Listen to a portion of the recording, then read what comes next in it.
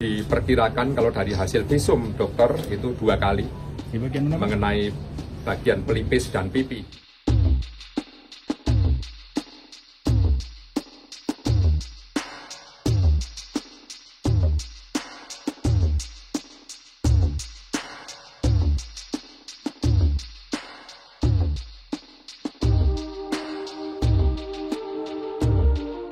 Pak, pelakunya itu berapa tembakan, Pak?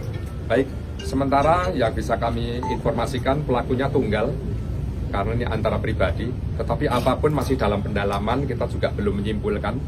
Pasti kalau namanya pendalaman pasti akan mengait-ngaitkan dengan peristiwa sebelumnya dan apa yang mungkin terjadi yang sebenarnya. Ya, seperti itu. Tembakan memang benar ada tembakan. Berapa kali, Pak?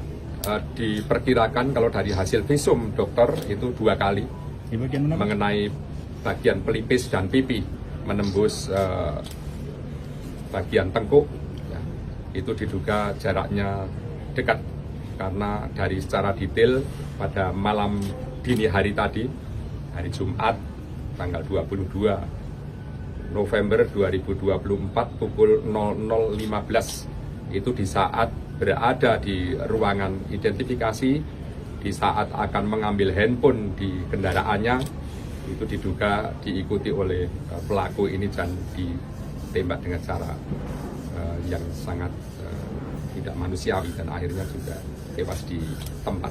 Untuk pelaku menyerahkan diri atau bagaimana, Pak? Awalnya memang kita tidak tahu kalau pelaku akan menyerahkan diri karena jarak antara kejadian tadi malam dengan Padang itu kan tinggalnya kan di kota Padang, itu kan kalau malam ya 3 jaman lah.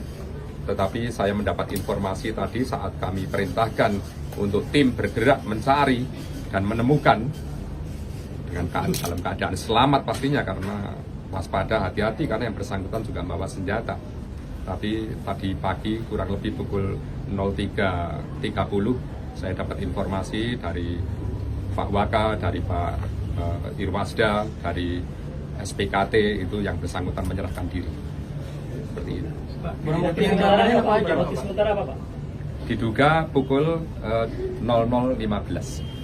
Barang bukti yang kita amankan apa aja, Pak? Barang bukti yang bisa kita amankan ada mobil kendaraannya yang untuk perjalanan dari Solo Selatan ke Padang. Kemudian senjata api, jenisnya ya senjata api dinas lah.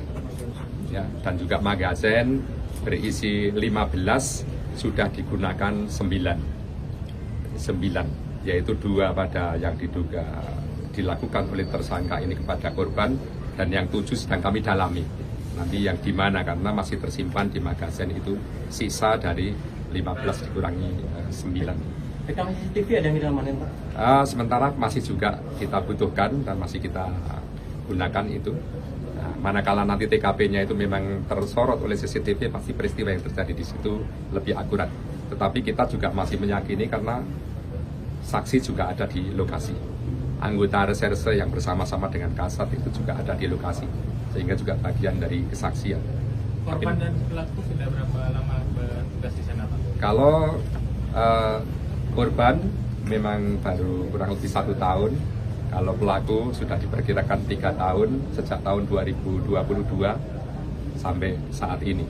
Sebagai PS atau pejabat sementara, sebenarnya ya dalam promosi itu andai kata mereka semua berprestasi, ya pastinya almarhum ini juga akan job kompol dan juga Kabak ini akan job kompol juga sama. Tetapi karena peristiwa ini terjadi di luar dari dugaan kita semua, pastinya ini juga suatu musibah yang pastinya kami tidak bisa memprediksi sebelumnya kalau akan terjadi seperti ini. Kami juga sekali lagi sangat prihatin, tetapi apapun peristiwa ini sudah terjadi, harapannya ke depannya kita akan lebih optimal ya di dalam pengawasan secara melekat kepada seluruh. Ada upaya perlawanan dari korban? Almarhum belum nikah. Almarhum ini masih bujang. Almarhum masih bujang, seorang yatim dan bapaknya sudah meninggal sejak kecil dan beliau hanya diasuh ibu. Dan pastinya karirnya sangat bagus karena dari perjalanan karirnya sangat hebat.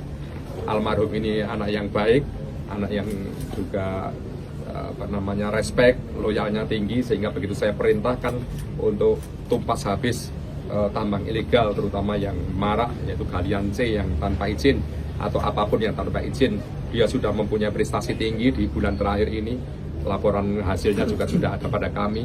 Apresiasi kepada yang bersangkutan juga sudah kami lakukan. Ya, seperti itu kira-kira. Jenderal, apakah pelaku itu membacking tambang ilegal atau bagaimana, Jenderal?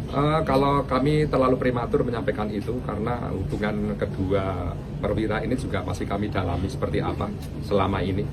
Tentunya juga Kapolres Solo Selatan akan kami mintai keterangannya juga, karena yang sebagai komandannya langsung di Polres itu pastinya akan tahu persis bagaimana staf-stafnya, kinerjanya termasuk prestasinya, atau mungkin ada konflik of interest, kita belum mendalami itu. Ya, pastinya dalam proses pendalaman ini mohon waktu untuk kami nanti infokan selanjutnya. Apakah berapa orang diperiksa, Pak? Kalau diperiksa sudah 5 orang yang pagi ini. Ya, di antaranya adalah 2 orang yang bersama Pak Kasat tadi dini hari itu yang bersama-sama memproses dugaan terjadinya galian sirtu yang ilegal, galian C yang ilegal, dan juga termasuk saksi yang lain. Saksi yang lain termasuk korban, termasuk pelaku, saksi pelaku, Pak Kapolres, dan juga nanti akan berkembang, nanti akan cukup banyak ya.